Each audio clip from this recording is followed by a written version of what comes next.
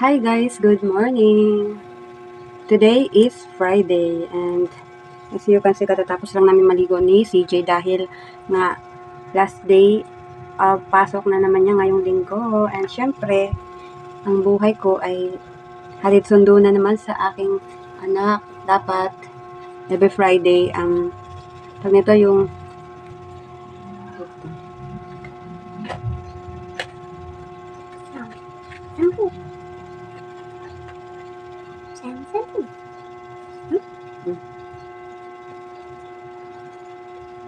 okay na. Yung ID mo. Dapat every Friday, hatid sundo kami ni Mister. Minsan hindi na ako nagtatambay doon, parang day off ko na rin doon sa barangay kasi doon lang naman kami umuupo or nag-i-stay kasi sobrang init minsan. And maganda doon kasi may upuan. So, may nag-leave kasi sa work niyan, hindi siya naka-day off. So, pinasukan na lang niya and okay lang naman sa akin yun. Kung tuloy-tuloy yung work niya, gusto rin naman niya yun. And ang oras ngayon ay 10:45 na ng umaga. Tapos, katatapos lang namin maligo. Tapos, pinag-almusal ko na rin si CJ. Niready ko na yung baon niya. Ito nga yung baon niya eh. Sandwich na cheese. Tapos, choco milk lang na birch tree choco. Yun. And minsan binibigyan ko siya ng baon. 10 pesos pambili niya doon sa school. And mini donut lang naman yung binibili niya. Yung pancake donut lang yun yung binibili niya. And hindi pa nga ako nag-almusal since kahapon ang pinaproblema ko yung yung puno ng saging kasi nga gusto ko siyang try kunin, gusto ko siyang try sungkitin yung bunga, hindi ko maabot dahil sa malayo and takot ako umakit sa puno kahit mababaw lang. And hindi ako sanay umakit sa mga puno-puno na yun at baka mahulog pa ako. Tapos iniiwasan ko pa yung ahas. Siyempre baka mamaya may ahas dyan or pag apak ko pa lang puro mga basura, baka mamaya lumubog ako o diba. So hindi tayo magsasakripisyo ng ganun kasi iniingatan ko din yung sarili ko. Charing, siyempre. Takot ako nun, takot akong basta. And basta tinatry ko siya, hindi ko nga makuha. And sabi ko nga kay Mister, sayang naman kasi kinakain na ng ibon. And nahinog na kasi doon, 3 araw na yung naka-stay doon. Tapos, yun na, sinabi ko sa kanya, chinat ko siya kahapon. Sabi ko, kailan niya ba kukunin yung yung saging doon, sayang naman yun. And pwede rin namin maging pagkain yun, di ba? Hindi naman kami sinagdadabot sa mga ibon, pero na kasi, marami na kasi mga, and dapat nga talaga matuyo yung dahon niya para gumaan kahit papano. Sayang ilang araw na, 'di ba? Ilang araw na yung nakatumba doon and mali nga yung ewan ko kung mali ba o tama ba yung putol ni Mister kasi sa kuryente and umigos tayo na yung kuryente natin and sana hindi tayo pagalitan ng may-ari. Pero sabi naman ni Mister, aayusin niya yan kapag natuyo-tuyo na yung dahon, 'di ba? And good thing nga yun kasi meron naman akong pagkain. Tapos namin maligo, syempre continue tayo sa kape. Yung kape ko malamig and pagising ko nga sa umaga, maaga kami ginising ni Mister at binabalita niya na nga kung niya, nasungkit na daw niya, sabi niya nakuha na daw niya yung bunga kasi nga niisip niya na baka daw maubos din talaga. So pagkagising niya sa akin, pinakita niya kagad ito. Di ba may biyaya tayo? Ayan. Ewan ko anong klaseng saging to. Tataba nung buyag, pero buyag. Ayan. And naka-share na nga siya nito, sabi niya sa akin. Nag-share naman kami ng pagkain kapag sobra-sobra. Tingnan mo naman, nabibitak na siya. Mahihinog na nga to eh. Ayan, tapos meron kaming mais. Yan yung mais namin. Pang yan. Sinahog namin sa nilagang baboy. Ulam namin kagabi. Tapos ito. Yan, saging mo, di ba? Pag binili mo din yan, napakamahal lang per kilo. Kaya thankful kami dahil nabuhay yung, tingnan mo may dikit pa. Nabuhay yung ni Mister. Tinanim na saging. Bali mga pangalawa o pangatlong bunga na ata to. Pero sana magtuloy-tuloy para naman lagi kaming may biyaya. Kahit nasa syudad kami ng Maynila ay nakatanim siya.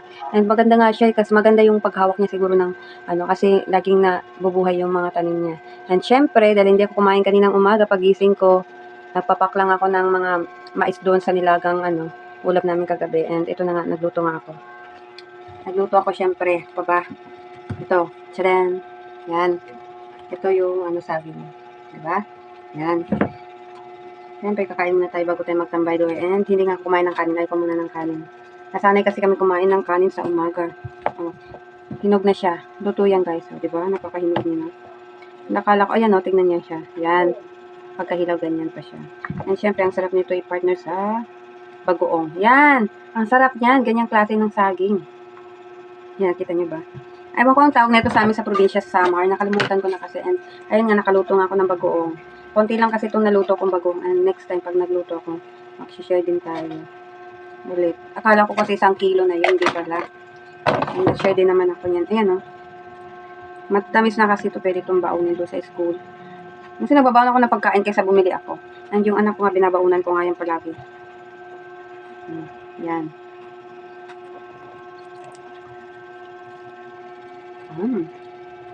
Sarap. Pwede siya pang linupak. Yan. Almusal. Kain po tayo.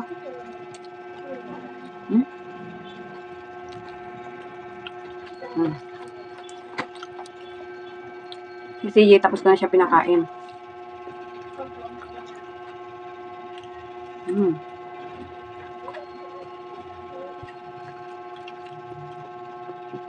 Sarap, promise, kapag hilaw. Yan.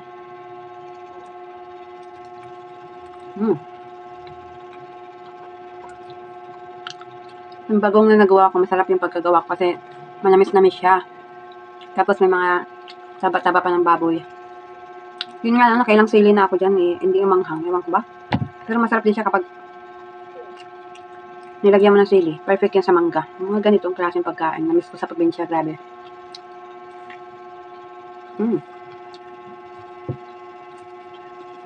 Yun o. Sarap ba?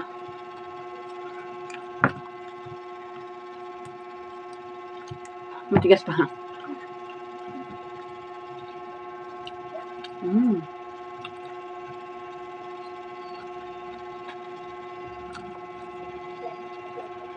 Dalawa lang yung makain ko ito. Solve na ako.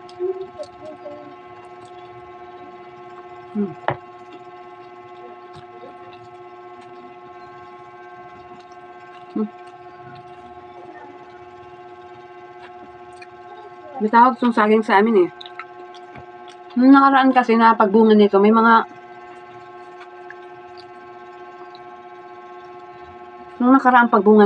buto-buto. Hindi ko maalala, baka parang meron nga. Ngayon, walang buto-buto. Bakit kaya? Tsaka, ganito na siya kaano. Yung saging niya. Ganito na yung bunga ng saging. Sarap.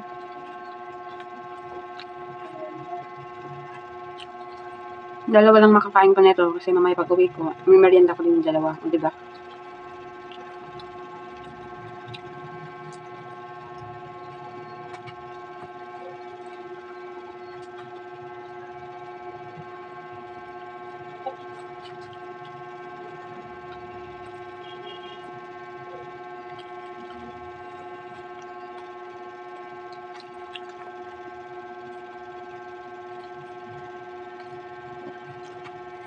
Hindi ako sure kung nagbaon niya yung mister ko niyan kasi maaga pa siya umalis eh. Sarap na bagoong.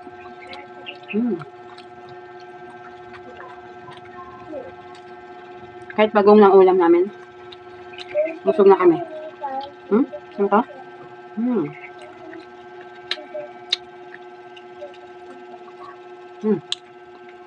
Thank you, Lord. Oh, kape.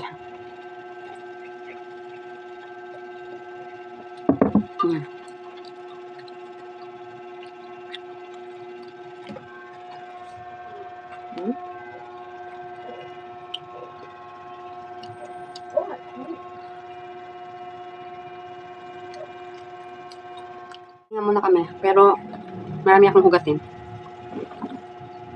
Mga 12 pa naman kami pupunta dun sa sa school. Kasi minsan late na lumalabas yung teacher namin at napakainit. Kawawa yung mga bata. May bubble gum sa bibig ko. Yun na, lilikpit ko na to. Siyempre tapos na.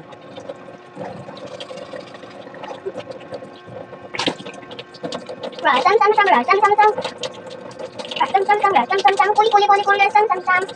tayo sa code.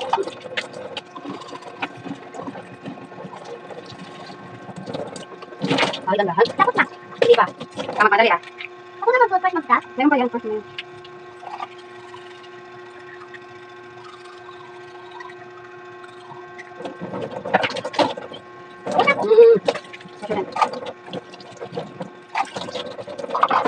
Dali.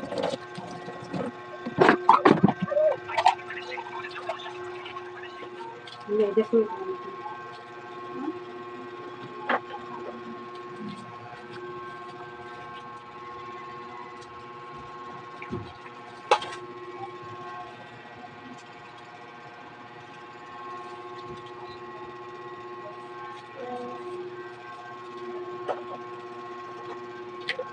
May isa kami kulong.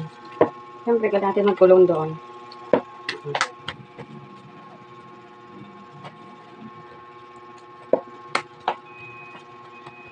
Yan.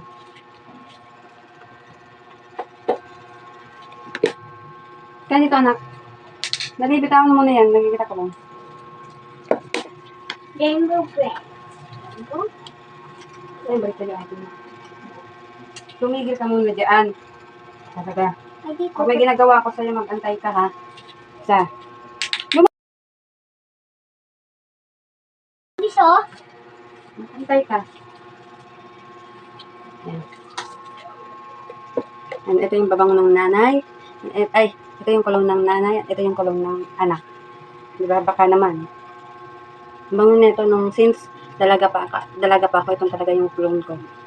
Diba? Bango, juicy, and bench. Sana naman. Baka naman. Oh my God.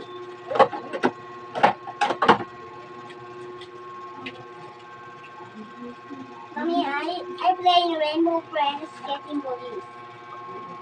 Ito, lagi ako madalang bag kasi nandito yung ano niya, yung raincoat niya. Payong pamaypay, ganyan, oh. Ano nang nanay yan. May bag din siya. Katabi ko nga itong mga medyas. Kasi nahirapan niya ako maghilat ng medyas niya kapag ano. Na kami sa school. Ito yung outfit ko. Char. Lakad na nga, makulimlim nga yung panahon. Pwede lakad muna kami. Saktong 12:10 kami umalis ng bahay. Diba? Yung anak ko. Wow, may sasakyan, oh.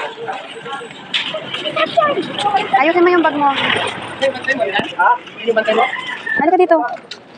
Dito ka. Ayusin mo yung bag mo. Oh, masisira yan. Wag ka magtatakbo-takbo. Batang. Hoy! Lagi yan silang dalawa. Thank you. Salamat. Thank you. Thank you daw. Ay, sila. Ay, ba yung tao, ma? Kuya, silangan yan? Ay. Ma'am. Uy, ayun dito. Ayan, nasa dito sila. Hawak ka.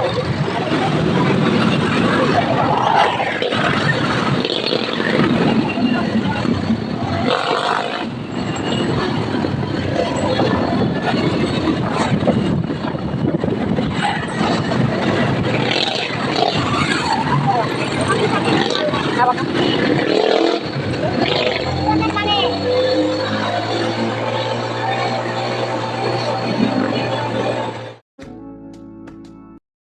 I'm dreaming in dreams bigger than me, taking my time, giving to me, paint my life into a masterpiece, coloring it how I want it to be, won't stop till I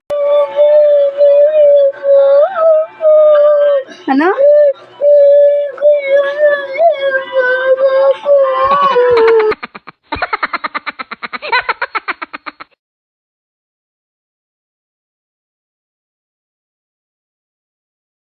Bakit uwi naman ba mamaya papa mo ah? Tulog ka kanina eh. Hinanap ka nga niya eh. Okay ba? Uwi si papa mamaya? Sige, na-kiss na lang ikaw ni mama. Sorry na. Tulog ka kanina eh. Sige, natapusin mo na Lagi yan. ko wala si Papa. I'm dreaming in dreams bigger than me, taking my time, giving to me, paint my life into a masterpiece,